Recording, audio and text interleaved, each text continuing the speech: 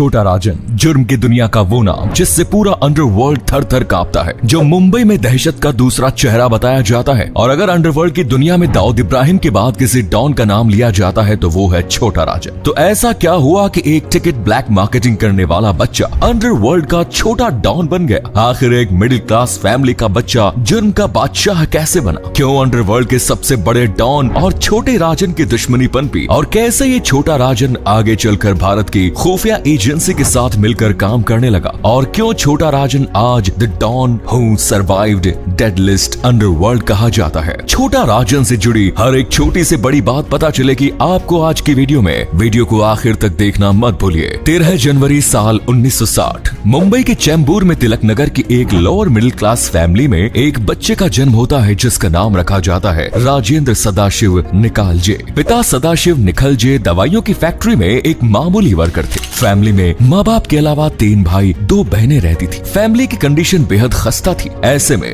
राजेंद्र उर्फ छोटा राजन जैसे जैसे बड़ा हुआ पढ़ने लिखने से जी चुराने लगा और 5वीं में ही स्कूल छोड़कर उसने एक लोकल गैंग ज्वाइन कर ली। वर्ष 1960 से लेकर 70 तक का दशक मुंबई अंडरवर्ल्ड के लिए बेहद खौफनाक रहा। इसी दशक में दाऊद इब्राहिम जैसे अंडरवर्ल्ड माफिया किंग सहित कई और छुटपुट गैंग मुंबई में अपनी दहशत फैलाने में लगी हुई थी। और इन लोकल गैंग को ज्वाइन करने के साथ छोटा राजन जुर्म की दुनिया में कदम रख चुका था और जगदीश शर्मा के गूंगा गैंग का मेंबर बन गया। अपने इस गैंग के साथ मिलकर छोटा राजन उस समय चैम्बूर के सहकार सिनेमा के बाहर टिकट ब्लैक करता था। अब ये समय था इमरजेंसी के खत्म होने के तुरंत बाद का 1979 का, जब मुंबई पुलिस मुंबई के अलग अलग सिनेमा के बाहर टिकट की ब्लैक मार्केटिंग करने वालों को पकड़ने के लिए कई तरह के ऑपरेशन करने में लगी हुई थी। और इन्हीं ऑपरेशन के तहत पुलिस ने चैम्बूर के सहकार सिनेमा के बाहर टिकट ब्लैक करने वालों पर लाठी चार्ज किया। इस समय छोटा राजन भी वहाँ पर था, लेकिन पुलिस के लाठी चार्ज से डरकर भागने के बजाय छोटा राजन ने एक पुलिस वाले की लाठी छीन ली और वहीं पर पुलिस वालों को पीटना शुरू कर दिया। इस लाठी से अकेले ही छोटा राजन ने कई पुलिस वालों को छठी का दूध याद दिला दिया। इस वाकया के बाद भले ही पुलिस वालों ने छोटा राजन को गिरफ्तार कर लिया, लेकिन 5 फुट 3 इंच के 19 साल के लड़के का जोश देखकर मुंबई की लोकल पब्लिक और क्रिमिनल गैंग्स में उसका खौफ जन्म लेने लगा। कुछ वक्त के बाद ही छोटा राजन जेल से छूटा और ये दौर था 1980 का, जब मुंबई के नॉर्थ ईस्ट में कई क्रिमिनल्स गैंग्स और उनकी दहशत बढ़ती जा रही थी। और ये सभी गैंग्स छोटा राजन को अपनी गैंग में शामिल करना चाहते थे। लगभग 3 साल तक छोटे छोटे गैंग्स के साथ काम करने के बाद 1982 में वो बड़े राजन की गैंग में शामिल हुआ। बड़ा राजन साउथ से आया हुआ एक बड़ा गैंगबाज था जिसका असली नाम राजन नायक था, जिसने डॉन बनने की ट्रेनिंग अंडरवर्ल्ड की नींव रखने वाले वर्दा राजन मुदलियार से ली। बड़े राजन ने राजेंद्र निखलजे को अपनी गैंग में शामिल किया और बड़ा राजन के साथ मिलकर वे चैम्बूर से घाटकोपर और तिलक नगर तक का इलाका संभालते थे। उसी दौर में घाटकोपर वेस्ट में यशवंत जाधव सट्टे और जुए का कारोबार चलाता था। बड़ा राजन गैंग का ओहदा बढ़ा तो दोनों के बीच तनातनी होने लगी। आधी रात को होने वाली सोडा वाटर बोतल और ट्यूबलाइट की लड़ाइयों ने जल्द ही दुश्मनी का रूप ले लिया। राजन गैंग छोटा था, इसीलिए उन्होंने वरद राजन मुदलियार उर्फ वर्दा भाई से मदद मांगी। वर्दा भाई की दखल के चलते यशवंत जाधव चुप बैठ गया, लेकिन बदले की आग उसके अंदर ही अंदर सुलगती रही। उसने मलयाली डॉन अब्दुल कुंजू से हाथ मिलाया। लेकिन यहाँ एक और बात गौर करने वाली थी कि अब्दुल कुंजू और बड़ा राजन की दुश्मनी पुरानी थी। दरअसल अब्दुल कुंजू ने बड़ा राजन की गर्लफ्रेंड को छीनकर उससे शादी कर ली थी, इसीलिए दोनों एक दूसरे के जानी दुश्मन हो गए थे। बड़ा राजन लंबे समय से अब्दुल कुंजू को मारने की फिराक में था। अब दौर आया साल 1983 का,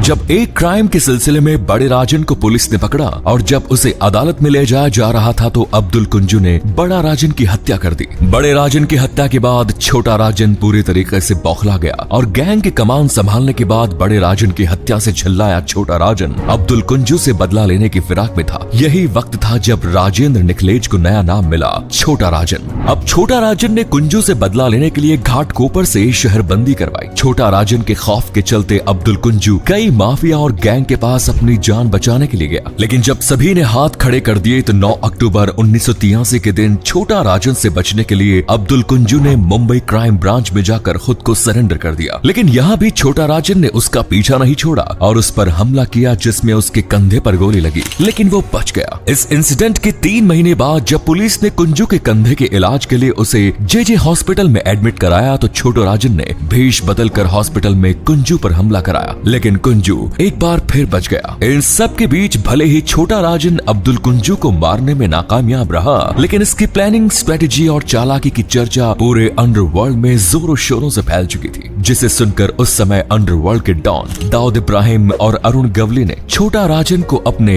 मुसाफिर खाना में बुलाया और उसे अपनी गैंग में शामिल होने को कहा। दाऊद इब्राहिम के छोटा राजन से पुराने रिश्ते थे, तो अपने गुरु के नक्शे कदम पर चलते हुए वो दाऊद के लिए काम करने लगा और गैंग में आते ही उसने दाऊद के दुश्मन करीम लाला की भांजे सम्मत खान की फिल्मी स्टाइल में 19 गोलियां दाग कर हत्या कर दी और दाऊद का करीबी हो गया। ये दौर था 1986 का, जब मुंबई पुलिस शिकारी कुत्तों की तरह दाऊद के पीछे पड़ गई और दाऊद इब्राहिम फरार होकर दुबई भाग गया और मुंबई में अपने माफिया की कमान छोटा राजन के हाथों सौंप दी।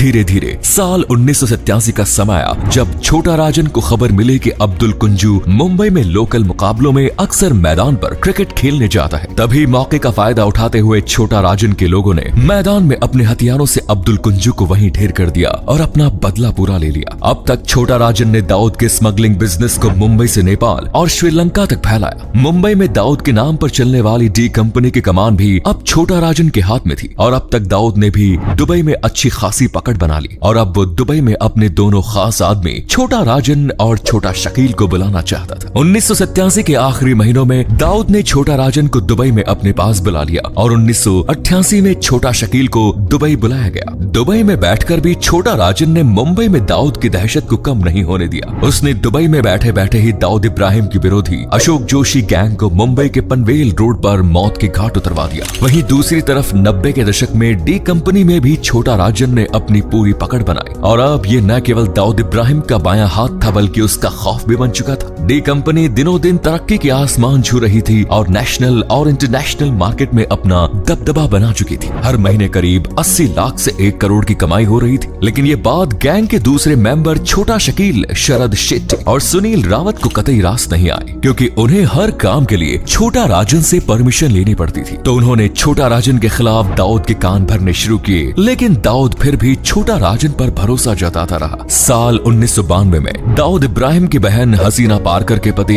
इब्राहिम पारकर को अरुण गवली के लड़कों ने जान से मार दिया और अब दाऊद इब्राहिम पारकर की हत्या का बदला लेना चाहता था। इसकी जिम्मेदारी उसने छोटा राजन को दी। लेकिन एक रात गैंग के बाकी मेंबर्स के भड़काने पर दाऊद ने छोटा राजन को कॉल करके पूछा कि वो इब्राहिम की मौत का बदला कब लेगा। इस पर छोटा राजन ने नशे में कुछ उखड़ा हुआ सा जवाब दिया। यहाँ मौके का फायदा उठाकर छोटा शकील और सौत्या आगे आए और इब्राहिम की मौत का बदला लेने का वादा दाऊद को दिया और दाऊद ने उन्हें परमिशन दे दी। नवंबर 1992 जे हॉस्पिटल में गोलीबारी होती है, जिसमें अरुण गवली के एक बेटे सहित हॉस्पिटल के कई पेशेंट, बच्चों और पुलिस कांस्टेबल्स की जान चली जाती है। लेकिन छोटा शकील ने दाऊद की जीजा की मौत का बदला ले लिया। तो इससे छोटा शकील अब दाऊद की नजरों में उठ चुका था और उसने छोटा राजन की जगह लेनी शुरू कर दी। लेकिन ये जीत छोटा राजन को समझ में नहीं आ रही थी, क्योंकि इस हॉस्पिटल शूटआउट में करीब 500 गोलियों की फायरिंग हुई और AK-47 का भी इस्तेमाल करना पड़ा। और छोटा राजन के हिसाब से केवल एक इंसान को मारने के लिए इतना सारा खून खराबा करना कोई समझदारी वाली बात नहीं थी, जिसके बाद छोटा राजन और दाऊद के बीच दूरियां आने लगी। 6 दिसंबर 1992 ये वो दिन था जब अयोध्या में राम जन्म स्थल पर बनी बाबरी मस्जिद को गिराया गया, जिसके बाद साल 1993 के मार्च महीने में दाऊद इब्राहिम ने मुंबई में बम धमाके कराए, जो कि बाबरी मस्जिद के बम धमाकों का बदला था। लेकिन अब डी कंपनी में मसला धर्म का हो चुका था और जो छोटा राजन कभी दाऊद का लेफ्ट हैंड हुआ करता था, उसे मुंबई बम धमाकों की प्लानिंग से दूर रखा गया, क्योंकि वो एक हिंदू था और छोटा शकील अब दाऊद का सबसे भरोसेमंद बन गया, क्योंकि वो एक मुसलमान था। बहरहाल 1993 में मुंबई में बम धमाके हुए, लेकिन फिर भी छोटा राजन दाऊद का बचाव करता रहा। छोटा राजन मुंबई बम धमाकों से नाराज था, लेकिन अभी भी उसका डी कंपनी से रिश्ता खत्म नहीं हुआ था। बम धमाकों के 9 महीनों बाद उसने दुबई में दाऊद की बर्थडे पार्टी में शिरकत भी की और वहाँ खूब नाचा भी। लेकिन अब छोटा राजन समझ चुका था कि डी कंपनी अब धर्म के भेदभाव का अड्डा बन चुकी है और डी कंपनी की मीटिंग्स में भी छोटा राजन को अब काफिर कहकर बुलाया जाने लगा। साल 1994 की शुरुआत से ही छोटा राजन और डी कंपनी के रिश्ते पूरी तरह खत्म हो गए। छोटा राजन ने अब अपना नया गैंग बनाया और अपने विश्वास पात्र लोगों को गैंग में भर्ती करते हुए उन्हें देशभक्ति की शपथ दिलाई। हालांकि अभी भी वो दुबई में था, लेकिन एक फोन कॉल पर उसे पता चला कि छोटा शकील उसे मारने की फिराक में है। अब उसके पास पास भागने के अलावा कोई रास्ता नहीं था। भारत में वो वांटेड लिस्ट में था और विदेश जा नहीं सकता था क्योंकि उसका पासपोर्ट उसके पास नहीं था। इसीलिए वो अबू धाबी की इंडियन एम्बेसी में पहुंचा और वहाँ के चीफ ऑफिसर को अपने बारे में बताया और कहा कि वो यहाँ से बाहर निकलना चाहता है। ये भारत के लिए एक बड़ा मौका था। जब भारत के हाथ दाऊद से जुड़ा कोई शख्स मिला तो भारत सरकार ने इसकी सेफ्टी की जिम्मेदारी लेते हुए इसे नेपाल के काठमांडू में भेज दिया। फिर पूछताछ के बाद उसे मलेशिया भेजा। उसी दौर में आईएसआई ने दाऊद को दुबई छोड़ने का दबाव बनाना शुरू किया और आईएसआई को डर था कि छोटा राजन कहीं आईएसआई की इंफॉर्मेशन क्राइम ब्रांच के साथ शेयर न कर दे। इसी के चलते उसे वहां से पाकिस्तान के कराची शहर भेजा गया। लेकिन अब भी छोटा शकील छोटा राजन की जान के पीछे हाथ धोकर पड़ा था। अब तक छोटा राजन बैंकॉक भाग चुका था और उसने बैंकॉक को अपने ऑपरेशन का बेस बनाया। यहीं से अपना धंधा चलाता रहा। अगले 1.5 दशक तक उसके और डी कंपनी के बीच लुका छिपी का खेल चलता रहा। सितंबर 2000 शकील ने छोटा राजन पर उसके घर में हमला करवाया। इस हमले में छोटा राजन को गोली लगी लेकिन वो बच गया। उसे अस्पताल में भर्ती करवाया गया। हालांकि यहाँ वो पुलिस कस्टडी में था लेकिन संतोष शेट्टी ने उसे अस्पताल से भगा दिया। इसके बाद छोटा राजन इंडियन क्राइम ब्रांच का मुखबिर बन गया और दाऊद के सीक्रेट्स क्राइम ब्रांच को बताने लगा। उसने दाऊद को मारने के लिए अपने शार्प शूटर्स भी आईबी को दिए लेकिन दाऊद बच गया। साल 2002 में राजन ने दाऊद का फाइनेंस देखने वाले शरद शेट्टी को दुबई में खुलेआम मरवा डाला और वहां से भाग निकला और अब ये खुद को देशभक्त डॉन कहकर बुलाने लगा। इस घटना के बाद छोटा राजन अलग अलग देशों में भागता रहा क्योंकि छोटा शकील उसे लगातार मारने की फिराक में था। साल 2015 में जब छोटा राजन ऑस्ट्रेलिया से इंडोनेशिया भाग रहा था तो इंडोनेशिया के एयरपोर्ट पर इंडियन सीबीआई टीम ने छोटा राजन को धर दबोचा।